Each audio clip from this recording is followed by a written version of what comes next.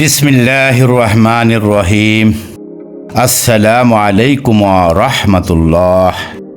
সম্মানিত ভিউয়ার্স, ২৪ ঘন্টার ইসলামী জীবনের প্রথম অংশের আলোচনা শোনার আমন্ত্রণ জানাচ্ছি। ২৪ ঘন্টার ইসলামী জীবনের সময়ের প্রথম অংশ হচ্ছে সুবহ সাদিক থেকে ইশরাকের সময় পর্যন্ত। এই সময়টুকু এমনই শুভ মুহূর্ত যে এই সময় সম্বন্ধে স্বয়ং আল্লাহ পাক পবিত্র কালামে পাকে বিভিন্নভাবে এই সময়ের উল্লেখ করিয়েছেন। হাদিস শরীফেও এই সময়ের অনেক ফজিলত বর্ণনা করা হয়েছে।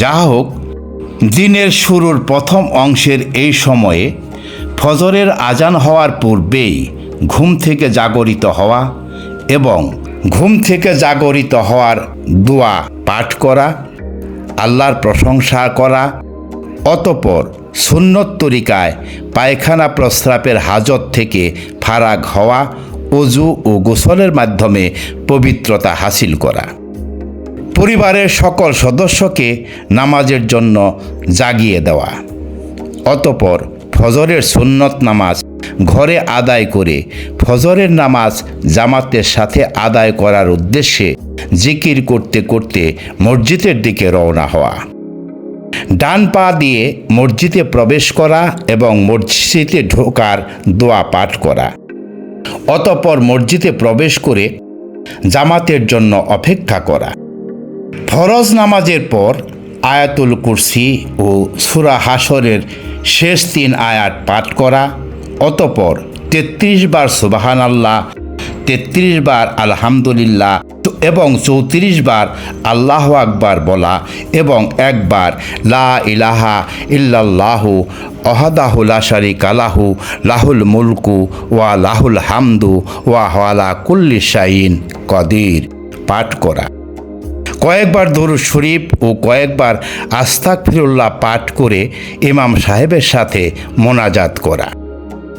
মোনাজাত শেষে ১০০ বার সুবহানাল্লাহ, ১০০ বার আলহামদুলিল্লাহ, ১০০ বার লা ইলাহা ইল্লাল্লাহু আল্লাহু আকবার পাঠ করা এবং যে কোনো তওবা ১০০ বার এবং যে কোনো দরুদ শরীফ ১০০ বার পাঠ করা, অতঃপর কোরআন শরীফ তেলাওয়াত শুরু করা, বিশেষ করে সূরা ইয়াসিন, সূরা আর রহমান, সূরা হাদিদ ও সূরা মুজাম্মিল তেলাওয়াত করা।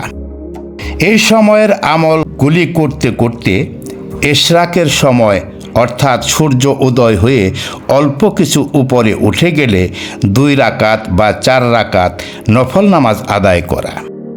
ফজরের নামাজের পর সূর্য উদয় পর্যন্ত এই সময়টুকুর ফজিলত সম্বন্ধে রাসূল সাল্লাল্লাহু আলাইহি সাল্লাম হযরত আলী রাদিয়াল্লাহু তাআলা আনহুকে উদ্দেশ্য করে বলেছেন, হে আলী, তুমি ফজরের সালাত আদায়ের পর সে স্থানে সূর্য উদয় পর্যন্ত বসে থাকবে।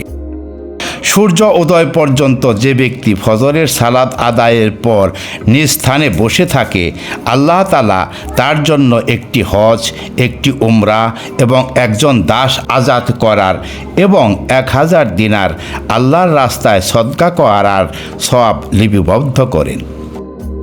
সম্মানিত ভিউয়ার্স, আসুন উক্ত আমলগুলিকে জীবনের অবিচ্ছেদ্য অংশ হিসাবে গ্রহণ করি এবং নিয়মিত আদায়ের মাধ্যমে অশেষ নেয়ামত ও নেকি হাসিল করি। ধন্যবাদ।